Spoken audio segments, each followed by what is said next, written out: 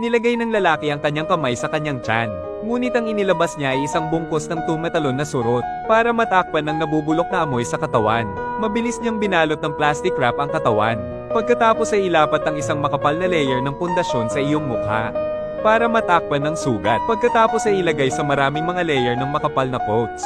Masigasig na mag-spray ng pabango. Pero kahit ganun, napuno pa rin ng body odor ang cabin. Nataranta ang bata. Naamoy ito at dumiretso sa banyo. Takot na takot sa eksena sa loob. Namutla agad ang mukha niya. Unti-unting kumalat ang bango at bumukas ang pinto. Saglit na natigilan ng bata sa mabula na gumagapang na lupa. Si Mr. Cheng pala ay isang pari na nagbalik mula sa mga patay. Dahil sa kanyang natatanging kakayahan, na ipinadala sa mundo ng mga demonyo mula sa impyerno, tungkol sa gawaing kailangan gawin. Ito ay para pigilan si Sang Biel sa pagsira sa mundo. Ngunit siya ay nabuhay mula sa mga patay. Masyadong malakas ang amoy ng katawan. Hindi na nakayanan ng huling pasahero. Hiniling nilang lahat na paalisin si Mr. Cheng. At sa tabi niya ay nandoon si San. Kahit gustong magpanggap ng lalaking iyon na hindi niya alam. Ngunit ang mga ipis sa ilalim ng aking mga paa ay tumambad sa lahat. Ganito na lang mamaya, nang lumapag ang eroplano, ang dalawang weirdo ay inihatid pababa ng FBI. Sa tamang oras para maghanda para sa handover sa headquarters, sila ay kumilos ng napakaunawa. Malumanay na lutasin ang problema sa pag-ihi. Ang mga tao sa paligid ay nahuhuli sa paghihintay. Walang paraan. Patuloy na nagpaputok ang FBI. Sa hindi inaasahan, wala itong epekto. Ang mga bala ay hindi makakasakit sa katawan ng isang patay. Sa huli, madali siyang natalo ni Mr. Trend. Dumating na rin sa wakas ang ulap ng tao na umalalay sa kanila. Pagkaraan ng ilang sandali, ibinigay sa kanila ng babae ang banal na aklat, ngunit napakabilis na natuklasan na may mali. Isang grupo ng mga asasin ang tahimik na napapalibutan o mabilis na naghiwalay ang tatlong tao. Nanatili si Mr. Cheng para putulin ang buntot, taong responsable sa paghahanap ng sasakyan. Si San ang responsable sa pagsasali ng banal na aklat, kahit na ang asasin ay may malakas na firepower. Ngunit si Ji Cheng ay hindi natatakot sa mga bala. Makita ang sitwasyon ay naging matatag. Mabilis na pumunta si San sa banyo. Maginhawang nahuli ang isang malas na lalaki sa banyo. Hiniling sa kanya na basahin ang banal na aklat sa kanya, at mapaparusahan kung susubukan nilang matutunan ang pinakahuling bawal. Binayaran ng kabilang panig ang presyo sa pamamagitan ng pagsunog sa sarili. Kakakuha lang ng spell, at paglabas niya ulit, inalis ni Ji Cheng ang lahat ng mga mamamatay tao. Mabilis na pumasok ang ilang tao sa sasakyan. Sumugod sa tirahan ng papa, upang maiwasan ang kawalan ng katiyakan. Sa daan, sadyang isinulat din ni San ang spell. Dahil si Brother Cheng ay isang bishop, sa buong buhay niya, mabilis akong nakahanap ng paraan at nagkaroon ng pagkakataong makilala ang papa. Ang layunin nila sa pagkakataong ito ay manalangin sa misteryosong Blood Scepter. Sa hindi inaasahan, ang kabilang partido ay hindi lamang tumanggi na humiram. Pinahiya niya rin silang dalawa ng baliw. Nagalit agad si San. Direktang buhayin ang iyong mga kakayahan. At sinakal ang papa. Pagkarating ng dalawa sa Holy See, sinabi lang nila ang kanilang layunin. Kinutya ng kabilang partido. Agad nagalit ang sahig at sinabi ang anumang nais niyang harapin ng papa.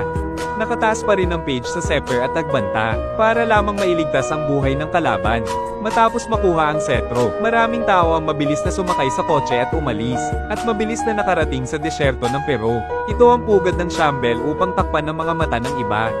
Nagpasya silang hatiin sa dalawang grupo. Sa kabutihang palad, dalawang tao ang nagpanggap ng mga bisita at sumilip sa kotse upang bumalik sa base.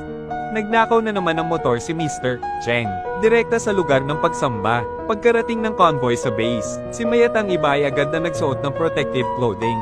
Pumunta sa underground base sa pagkakasunod-sunod.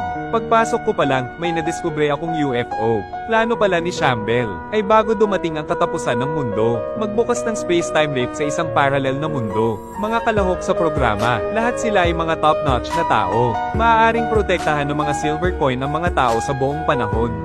May 30 piraso lang. Sa makatuwid, ang ilang mga spines ay dapat na alisin muna. Gustong maglakbay sa panahon, dapat tawagan ng mga mata ng Diyos. Kahit na ito ay sirain ang mundo sa lalong madaling panahon.